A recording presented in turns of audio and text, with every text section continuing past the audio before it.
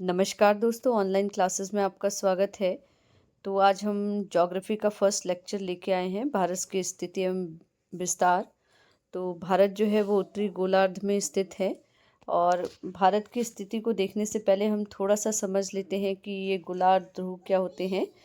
कुछ important facts को हम देखेंगे। तो देखिए, हमारी पृथ्वी कैसी है, गोलाकार है, अंडाकार है और इसको बीचों बीच से एक रेखा काटती है जिसको हम विषुवत रेखा कहते हैं या भूमध्य रेखा कहते हैं या इक्वेटर कहते हैं। ठीक है, तो इक्वेटर क्या होती है, भूमध्य रेखा हम इसको या विषुवत रेखा इसको क्यों कहते हैं? तो जो पृथ्वी को बीच से काटती है, मध्य पृथ्वी को मध्य से काटती है, उसे हम क्या कहते हैं? भूमध्य रेखा। ठीक है, पृथ्वी को बीचों बीच से जो रेखा काटती है उसे हमने क्या कह दिया? भूमध्य रेखा या फिर विषुवत रेखा। ठीक है, या इक्वेटर, है ना। और उसके बाद देखिए, इस पे जो होती है वैसे एक दूसरे के समांतर ऐसे छोटी छोटी लाइनें होती हैं। इन लाइनों को हम कहते हैं अक्षांश। क्या कहते हैं हम इन्हें? अक्षांश।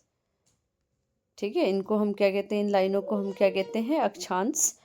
और अक्षांश के बीचों बीच में यहाँ पे 23.5 डिग्री पे एक रेखा होती है जिसको हम क्या कहते हैं? कर्क रेखा।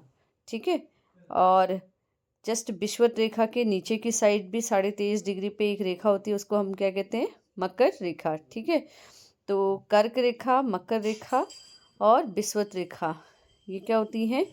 ये पृथ्वी को यहाँ पे जो होती है, सूर्य की किरणें जो है वो सीधी पड़ती हैं, है ना। तो पृथ्वी अपने अक्ष पर 23.5 डिग्री क्या होती है? झुकी हुई होती है।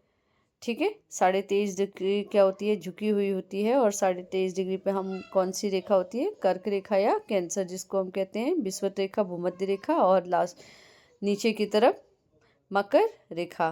फिर देखिए 66.5 डिग्री पे ये अक्षांश जो होता है, 66.5 डिग्री पे, 66.5 डिग्री को हम क्या कहते हैं? अंटार्कटिक वृत्त। और 66.5 डिग्री ऊपर की तरफ को हम क्या कहते हैं? आर्कटिक वृत्त। ठीक है, आर्कटिक वृत्त। और ये आपका उत्तरी गोलार्ध है, इसको उत्तरी ध्रुव भी कहते हैं। और ये हमारा क्या है? दक्षिणी गोलार्ध है, इसको हम दक्षिणी ध्रुव भी कहते हैं। ठीक है, इतना समझ के देख लीजिए। अब जो कर्क रेखा है, जो विषुवत रेखा है, कर्क रेखा है और मकर रेखा है, इन्हीं तीन रेखाओं पे क्या होता है? सूर्य की किरणें जो है वो क्या होती हैं?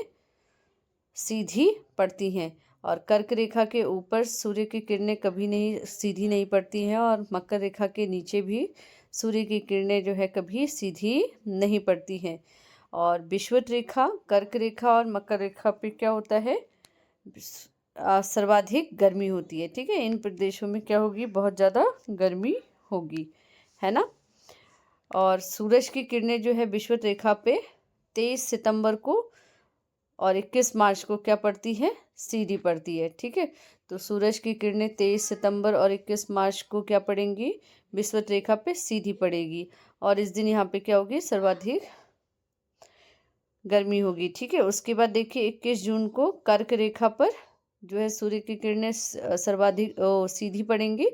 और उसके बाद 22 दिसंबर को मकर रेखा पर सूर्य की किरणें क्या पड़ेंगी? सीधी पड़ेंगी।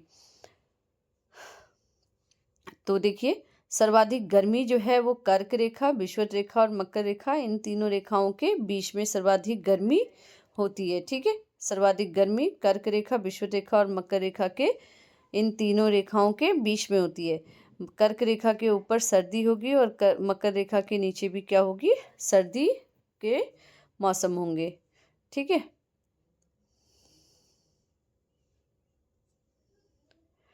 अब देखिए अक्षांश जो होता है वो कभी एक दूसरे को नहीं काटती, क्योंकि ये क्या होती है? हमेशा समांतर लाइनें होती हैं। और जो देशांतर होते हैं वो उत्तरी ध्रुव से दक्षिणी ध्रुव पे उत्तरी ध्रुव से शुरू होती है और दक्षिणी ध्रुव पे जाके क्या हो जाती है? ख़त्म हो जाती है ना। तो अक्षांश जो है यहाँ पे विषुवत रेखा पे इसकी अधिकतम दो देशांतरों के बीच विषुवत रेखा पे सर्वाधिक इसकी दूरी होगी। और यहाँ उत्तरी और दक्षिणी गोलार्ध में आते आते ये दूरी क्या हो जाएगी? कम हो जाएगी। ठीक है, और एक ब्रेक जो होता है वो 360 डिग्री का होता है, सभी को पता है ना। और वृत्त के हर 1 डिग्री पे एक अक्षांश और एक देशांतर होता है, इस तरीके से, ठीक है। और ये कितनी होती है टोटल? 360 होती है। उत्तरी ध्रुव से देशांतर जब विषुवत रेखा से निकलती है तो विषुवत रेखा पे इनकी जो दूरी होती है, इनके बीच की दूरी जो होती है वो सर्वाधिक होती है, और जैसे जैसे देशांतर क्या होता है ध्रुवों की ओर बढ़ते हैं, इनकी दूरी क्या हो जाती है? कम होती जाती है, और लास्ट में कहाँ हो जाती है? आके शून्य हो जाती है ना। अब ध्रुव पर जाकर इसकी दूरी क्या हो जाएगी? शून्य हो जाएगी, और इसका क्या होगा? समय पे बहुत ज़्यादा फर्क पड़ेगा। लेकिन जो अक्षांश होते हैं, अक्षांश की दूरी जो होती है वो क्या होती है? हमेशा बराबर होती है, क्योंकि ये हमेशा एक दूसरे के क्या होंगी? समांतर होती हैं, ठीक है। देशांश और अक्षांशों के बीच में के बीच की दूरी को हमने क्या कहा है? 1 डिग्री नाम दिया है, ठीक है। जैसे अगर हम इस अक्षांशों को किसी ग्राफ पे या किसी पेज पे ड्रॉ करेंगे तो ये अक्षांश हमें कुछ इस तरीके से दिखाई देंगे। अक्षांश और देशांतर कुछ हमें इस तरीके से दिखाई देंगे। तो ये 0 डिग्री, ये 1 डिग्री, ये 2 डिग्री, ये 3 डिग्री, ऐसे करके ये आपके आगे को बढ़ते जाएंगे, ठीक है। अब देखिए कर्क रेखा जो है भारत के बीचों बीच से गुजरती है, और कर्क रेखा भारत के बिल्कुल बीचों बीच से गुजरती है, यानी कि यहाँ से, ठीक है। तो कर्क रेखा कहाँ है? 23.5 डिग्री उत्तरी ध्रुव अक्षांश पे स्थित है ना। अब देखिए भारत के मैप को अगर हम ध्यान से देखें तो ये देखिए कर्क रेखा क्या हो रही है? भारत के बीचों बीच से ये क्या हो रही है? गुजर रही है ना। तो यहाँ पे देखिए अब इसकी स्थिति और विस्तार को देखते हैं। तो भारत का जो लास्ट ये क्या हो गया? ये हमारा ईस्ट पार्ट हो गया, और ये वेस्ट पार्ट, और ये नॉर्थ पार्ट, और ये साउथ पार्ट, है ना। लेकिन अभी आप देखिए यहाँ पे भारत कहाँ है? यहाँ है ना, ठीक है। तो देखिए यहाँ पे ये पीओके है, लद्दाख वाला एरिया, और यहाँ पे पहले ये जम्मू कश्मीर में स्थित था, अभी ये क्या हो गया? लद्दाख जो हो गया अलग एक केंद्र शासित प्रदेश बन गया है।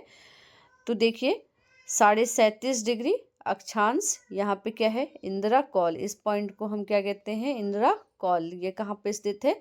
लद्दाख में, ठीक है। और ये है हमारा अरुणाचल प्रदेश। अरुणाचल प्रदेश में 47.25 डिग्री 25 मिनट, 47.25 डिग्री 25 मिनट, और ये कहाँ पे स्थित है? आपके किबुथु में। कहाँ पे स्थित है? किबुथु में। उसके बाद देखिए यहाँ पे कन्याकुमारी में, कन्याकुमारी को केप कमेरिन या फिर कुमारी अंतरीप भी कहते हैं, और ये कितना है? 8 डिग्री 4 मिनट, ठीक है। अब इसके बाद देखिए यहाँ पे अंडमान निकोबार द्वीप समूह है, और अंडमान निकोबार में देखिए ग्रेट निकोबार है। ग्रेट निकोबार ये द्वीप समूह है लास्ट वाला। ये है आपका 6 डिग्री 45 मिनट अक्षांश, इंदिरा पॉइंट, पारसद पॉइंट, और इसको हम क्या कहते हैं? पिगमेलियन पॉइंट भी कहते हैं। तो जो भारत का विस्तार है आपका जम्मू कश्मीर, पहले जम्मू कश्मीर में था, अभी लद्दाख क्या हो गया? अलग केंद्र शासित प्रदेश हो गया है। तो लद्दाख में कहाँ पे स्थित है? 37 डिग्री 6 इंच उत्तरी अक्षांश में, और अरुणाचल प्रदेश में 47 डिग्री 25 मिनट किबुथु में, है ना। और यहाँ पे अगर हम भूमि की बात करेंगे तो मुख्य भूमि में कहाँ पे इसका लास्ट बिंदु है? 8 डिग्री 4 मिनट कन्याकुमारी अक्षांश पे, है ना। और यहाँ अगर पूर्ण भूमि की बात की जाएगी तो कहाँ पे होगा? ये ग्रेट निकोबार में, जो 2004 में सुनामी में डूब गया था। 6 डिग्री 45 मिनट अक्षांश, है ना। इस लास्ट पॉइंट को हम क्या कहते हैं? इंदिरा पॉइंट। और यहाँ पे लद्दाख वाले पॉइंट को हम क्या कहते हैं? इंदिरा कॉल, ठीक है। उसके बाद लास्ट में यहाँ देखेंगे ईस्टर्न पूर्वी देशांतर में देखेंगे तो ये कहाँ है? गुजरात में, और गुजरात में नारायण सरोवर है, और इसको कहते हैं सर क्रीक या गौर मोता, है ना। ये 6 68 डिग्री 7 मिनट पे यहाँ पे स्थित है, ठीक है। तो भारत जो है उत्तरी गोलार्ध व पूर्वी गोलार्ध में स्थित है, ठीक है। इसकी स्थिति क्या हो जाएगी? उत्तरी गोलार्ध और पूर्वी गोलार्ध, ठीक है। ये पूर्वी एरिया हो गया और ये उत्तरी गोलार्ध, तो उत्तर पूर्व इसकी स्थिति हो जाएगी, है ना। तो भारत पूरी तरीके से उत्तरी गोलार्ध और पूर्वी गोलार्ध में स्थित है। भारत का अक्षांशीय व देशांतरी विस्तार ठीक है।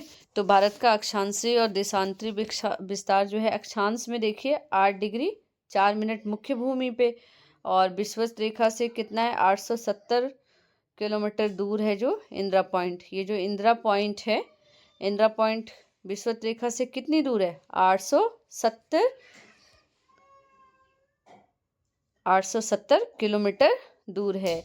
ये मोस्ट इम्पॉर्टेंट है, एग्जाम की दृष्टि से ये बार बार पूछा जाता है यहाँ से क्वेश्चन, तो ध्यान से देखिए। उसके बाद दक्षिणतम बिंदु में 6 डिग्री 45 मिनट अक्षांशीय विस्तार में देखेंगे। अक्षांशीय विस्तार को अब देखिए, यहाँ पे क्या था, 8 डिग्री 4 इंच, ठीक है।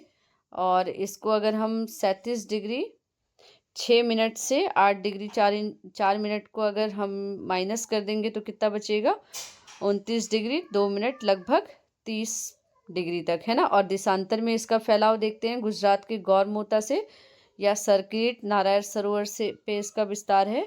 और पूर्वी देशांतर में 97 डिग्री 25 मिनट पूर्वी देशांतर अरुणाचल प्रदेश किवुथु में।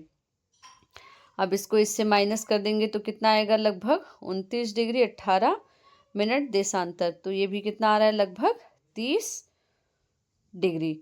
तो अक्षांशीय विस्तार कितना हो गया, 29 डिग्री 2 मिनट, लगभग 30 डिग्री। और देशांतरी विस्तार कितना हो गया, 29 डिग्री 18 मिनट, लगभग 30 मिनट। तो इसका आकार कैसा हो जाएगा, सम चतुष्कोणीय आकार हो जाएगा। दो अक्षांशों के मध्य की दूरी कितना है, 111 किलोमीटर, लेकिन 2 देशांतरों के मध्य दूरी भी क्या होगी, 111 किलोमीटर। लेकिन देशांतरों के मध्य दूरी विषुवत रेखा पे सर्वाधिक एवं ध्रुव पे जाने पे क्या हो जाती है, कम हो जाती है, ठीक है। तो उत्तर से दक्षिण तक जो लंबाई हो जाएगी 3214 किलोमीटर, और पश्चिम से पूरब तक लंबाई कितनी हो जाएगी, 2933 किलोमीटर, है ना। अब इन दोनों के बीच का अंतर कितना हो जाएगा, 281 किलोमीटर, है ना। क्योंकि दो देशांतरों के मध्य जो है दूरी जो है वो ध्रुवों पे जाने पे क्या होती है, कम होती जाती है, और विषुवत रेखा पे बहुत ज़्यादा होती है। लेकिन अक्षांशों के बीच दूरी जो होती है वो क्या होती है, बराबर होती है। तो इसलिए क्या होगा, इनके बीच का जो अंतर हो जाएगा वो कितना हो जाएगा, 281 किलोमीटर। अब देखिए भारत का जो क्षेत्रफल है वो कितना है, तो ये हो जाएगा आपका 32,87,263 वर्ग किलोमीटर। विश्व का 7वां देश है, तो क्षेत्रफल की दृष्टि से विश्व का भारत 7वां देश है। और उससे पहले जो क्षेत्रफल की दृष्टि से उससे पहले सबसे बड़ा जो देश है वो कौन सा है, रूस, जिसकी राजधानी है मॉस्को। उसके बाद कनाडा की राजधानी क्या है, ओटावा। चीन की राजधानी बीजिंग। और चौथे नंबर पे है अमेरिका, जैसे यूएसए कहते हैं, इसकी राजधानी वॉशिंगटन डीसी। उसके बाद है ब्राज़ील की राजधानी ब्राज़ीलिया। ऑस्ट्रेलिया की राजधानी कैनबरा। और 7वें नंबर पे आपका भारत है, भारत की राजधानी क्या है, नई दिल्ली, ठीक है, नई दिल्ली। अब भारत के पास जो विश्व की जो कुल भूमि है वो कितनी है, 2.43%, ठीक है, 2.43%। और जनसंख्या जो है, सबसे ज़्यादा जनसंख्या जो है विश्व की दूसरे नंबर की जनसंख्या कितनी है, हमारे भारत के पास है 17.5% से ज़्यादा, ठीक है। तो जनसंख्या की दृष्टि से सबसे पहले चीन है, फिर भारत है, फिर यूएस है, इंडोनेशिया और ब्राज़ील। उसके बाद देखिए कर्क रेखा भारत के मध्य से गुजरती है, और भारत के मुख्यतः 8 प्रदेशों से कर्क रेखा गुजरती है, ठीक है। अब थोड़ा सा अगर हम ग्लोब को देखेंगे तो ये देखिए यहाँ पे कर्क रेखा, विषुवत रेखा और मकर रेखा पे क्या है, उष्णकटिबंधीय क्षेत्र है। यहाँ से ऊपर जाने पे क्या हो जाएगा, सब ट्रॉपिकल रीजन, है ना। और नीचे जाने पे भी क्या हो जाएगा, उपोष्ण यानी कि सब ट्रॉपिकल रीजन, है ना। और यहाँ पे जो गोलार्ध, उत्तरी और दक्षिणी गोलार्ध में शीत यानी कि कोल्ड होगा, बहुत ज़्यादा ठंडा होगा, तो यहाँ की जलवायु कैसी होगी, सब ट्रॉपिकल, है ना। अब देखिए भारत की जलवायु, तो जो कर्क रेखा है वो भारत के कितने राज्यों से होकर गुजरती है, भारत के 8 राज्यों से होकर गुजरती है। गुजरात, राजस्थान, मध्य प्रदेश, छत्तीसगढ़, झारखंड, पश्चिम बंगाल, बांग्लादेश, त्रिपुरा और मिजोरम। ठीक है, तो गुजरात की राजधानी क्या है? गांधीनगर। राजस्थान की राजधानी जयपुर। मध्य प्रदेश की राजधानी भोपाल। छत्तीसगढ़ की रायपुर। झारखंड की रांची। पश्चिम बंगाल की कलकत्ता। त्रिपुरा की अगरतला और मिजोरम की आइजोल। ठीक है, तो सारे प्रदेशों की जो राजधानी है वो कर्क रेखा के नीचे स्थित है। सिर्फ राजस्थान की राजधानी जयपुर कर्क रेखा के ऊपर स्थित है और त्रिपुरा और मिजोरम की राजधानी जो है ये ऊपर स्थित है। ठीक है, कर्क रेखा के ऊपर स्थित है। तो भारत की जो जलवायु है कैसी है? उष्णकटिबंधीय मानसूनी जलवायु है। और कर्क रेखा से सबसे दूर जो राजधानी है वो कौन सी है? जयपुर है। और कर्क रेखा के सबसे निकटतम जो राजधानी है वो कौन सी है? रांची, झारखंड। ठीक है, ये रांची, झारखंड। उसके बाद कर्क रेखा की सर्वाधिक लंबाई मध्य प्रदेश में है। और भारतीय मानक समय रेखा जो है IST समय मापन देशांतर रेखा द्वारा किया जाता है। सूर्य को 1 डिग्री पार करने में कितने मिनट लगते हैं? 4 मिनट लगते हैं, है ना। ये लाइनें कितनी होती है? 360 लाइनें होती हैं, है ना। उसको एक दिन से आप क्या करेंगे? डिवाइड करेंगे तो 15 घंटे आएगा। 15 को अगर 60 से डिवाइड करेंगे तो 4 डिग्री। तो 1 डिग्री पार करने में कितने मिनट लगते हैं? 4 मिनट। और सूर्य को अरुणाचल प्रदेश से गुजरात तक आने में कितने मिनट लग जाएंगे? अब देखिए, इसको निकाल लेंगे। 4 × 30। अरुणाचल प्रदेश से गुजरात तक के कितनी अक्षांश रेखाएं हैं? तो 30। तो 4×3 = 12, लगभग 120 मिनट का समय लगेगा। ठीक है, उसके बाद देखिए 82.5 डिग्री पूर्वी देशांतर भारत की मानक समय रेखा है। अंतर्राष्ट्रीय नियम समय रेखा 7.5 डिग्री के गुणज में 30 मिनट होनी चाहिए। ठीक है, भारत का समय ग्रीनविच से 5.5 घंटा क्या है? आगे है। IST इंडियन स्टैंडर्ड टाइम जो है 5 प्रदेशों से होकर गुजरती है। ठीक है, तो यहाँ पे देख लेते हैं वो 5 प्रदेश कौन से हैं। तो यहाँ पे आपका उत्तर प्रदेश, मध्य प्रदेश, छत्तीसगढ़। ठीक है, छत्तीसगढ़ और आपका उड़ीसा एंड आंध्र प्रदेश। ठीक है, उड़ीसा एवं आंध्र प्रदेश।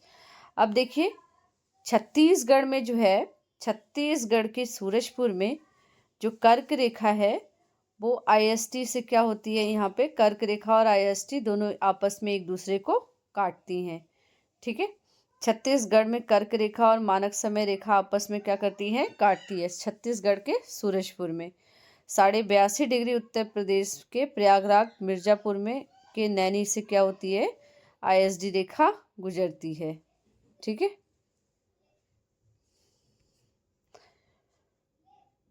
तो आज के लिए इतना ही और नेक्स्ट क्लास में हम नेक्स्ट वीडियो को लेके आएंगे। धन्यवाद।